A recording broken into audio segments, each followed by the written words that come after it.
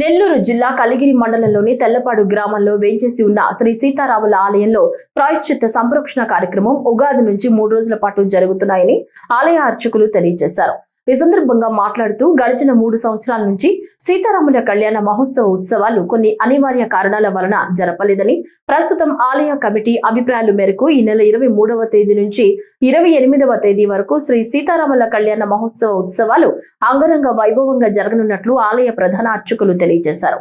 అందులో భాగంగా ప్రాయశ్చిత్త సంప్రోక్షణ కార్యక్రమం గ్రామస్తులతో కలిసి విశ్వక్షేణ పూజ, పుణ్యాహ వచనం, కంకణ ధారణ, అంకురార్పణ, అగ్ని ప్రతిష్టాపన, నిత్య హోమం, విశేష హోమం, కుంభారాధన, హారతి కార్యక్రమాలతో ప్రాయశ్చిత్త సంప్రోక్షణ కార్యక్రమాన్ని నిర్వహించినట్లు జూపల్లి వెంకటేశ్వర్లు తెలియజేశారు. విశేష ప్రత్యేకత కలిగిన ఈ ఆలయంలో గరుడ ప్రసాదాన్ని సంతానం లేని వారికి అందించడం జరుగుతుందన్నారు.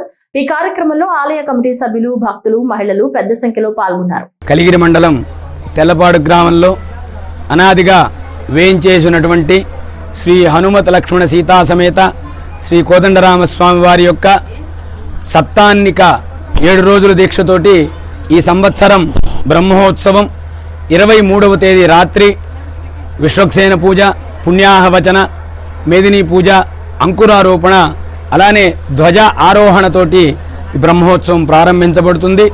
తరువాత రోజున యాగశాలయందు నిత్య హోమం, నవకుంభారోపణం, తదుపరి రోజు రాత్రి శేషవాహనంతో, అలానే తర్వాత రోజు హనుమంత వాహనం, అలానే తర్వాత రోజు గరుడ వాహనం, అలానే తర్వాత రోజు గజవాహనం, తర్వాత రోజున 28వ తేదీ దశమి రోజున శ్రీ సీతారామ కళ్యాణ మహోత్సవం, సాయంత్రం వడికట్టు ఉత్సవం, అలానే అదే రోజు రాత్రికి పొన్నమాను ఉత్సవం, తరువాత రోజున స్వామివారికి వసంతోత్సవం, ఆ రోజు రాత్రికి మరలా అశ్వవాహనం అంటే గుర్రం వాహనం మీద పారువేట ఉత్సవం, తరువాత రాత్రికి తెల్లవారుజామున ధ్వజ అవరోహణతోటి ఈ బ్రహ్మోత్సవం పరిపూర్ణమవుతుంది. ఆ ధ్వజ అవరోహణ అయినటువంటి రాత్రికి స్వామివారికి ఊంజల సేవ, ఏకాంత సేవతోటి ఈ 7 రోజుల బ్రహ్మోత్సవం జరుగుతుంది.